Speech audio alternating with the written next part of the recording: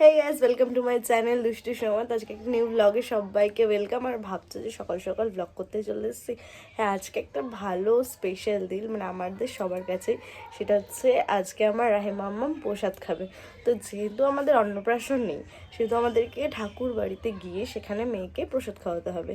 তো এই কারণে আমরা সকাল সকাল মানে দেখতেই পাচ্ছ ঘুম দিয়ে উঠে গেছি, কিন্তু এখন ফ্রেশ হয়নি। ফ্রেশ ট্রেশ হবো। তো আমাদের ওখানে যেতে বলেছি দুপুরবেলায়, তার আগে বাড়িতে একটু কাজ করবো, যেটা আছে সেটা কমপ্লিট করব।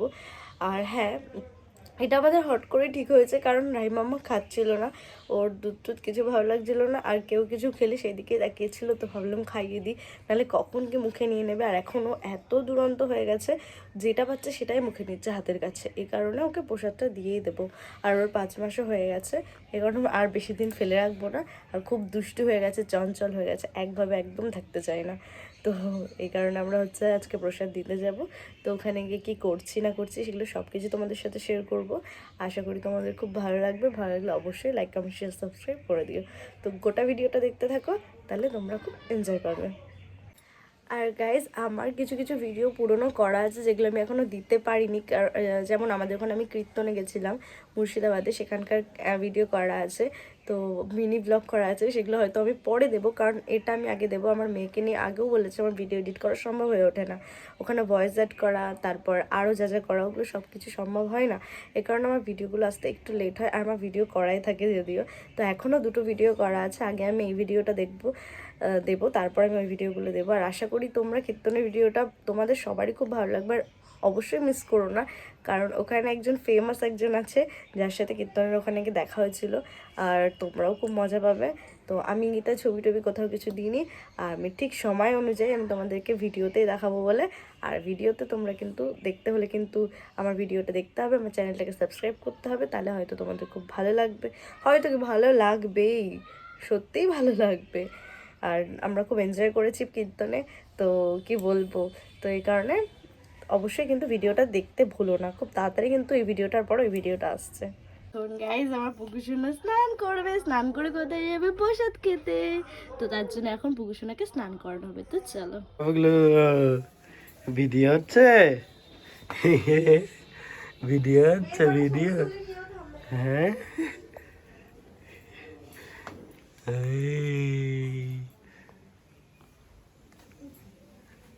তো গাইজ, দেখতেই পাচ্ছ যে আমার রাহিম আর আমরা রেডি। এখন আমরা প্রসাদ খাওয়াতে যাবো। তো ওখানে গিয়ে আবার দেখা হচ্ছে। স্নান টান করে ফেলেছি, তো তার আগে ক্লিপ দেখাতে পারিনি, কারণ খুব দুষ্টু হয়ে গেছে, আমাকে ভিডিও করতে দেয় না, আর আমি পারছিলামও না। এই কারণে ওখানে গিয়ে আবার তোমাদের সাথে দেখাচ্ছে। দেখতেই পাচ্ছ যে রাহিম মাম্মার জন্য ওর বাবা একটা নতুন ড্রেস এনে দিয়েছে, আর একটা নতুন সোয়েটার টোয়েটার সবই এনে দিয়েছে। তো ড্রেসটাই পরলাম, কেমন লাগছে কমেন্ট করে বললো।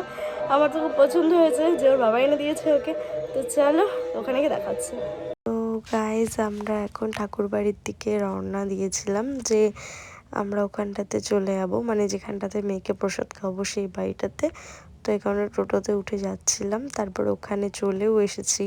দেখতে পাচ্ছ তোমরা, ওখানটাতে মানে অনেকে এসেছে, অনেকে আসে নিজের নিজের কষ্টের কথা বলতে ওই ঠাম্মাটাকে। তারা অনেক উইশ করে ঠাকুরের কাছে, সে উইশ পূরণ হয়। তারপরে এখানটাতে সবাই আসে ঠাকুরকে প্রসাদ দিতে, যে যার মনের ইচ্ছে নিয়ে এখানে আসে। আবার অনেকে মুখে প্রসাদ দেয়। তো আমার যখন মেয়ে পেটে ছিল তখনও আমি এখানে এসেছিলাম, উইশ করেছিলাম। তো মানে সব কিছুই সাকসেস হয়েছে, সেই কারণে এখানে মুখে প্রসাদটা দিয়েছিলাম। আর মানে এখানে তাবিজ টাবিজ নিলে সবাই বলে এখানে নাকি মুখে প্রসাদ দিতে হয় প্রথম।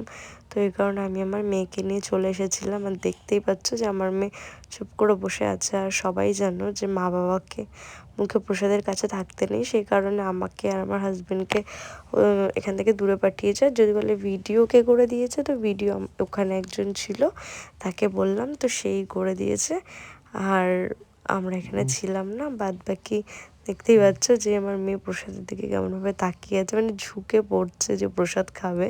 তারপর ঠাম্মা কোলে নিয়ে নিল, কোলে নিয়ে বাটিতে দেখতে পাচ্ছ যে থালের মধ্যে প্রসাদটা রেডি করে নিয়েছে।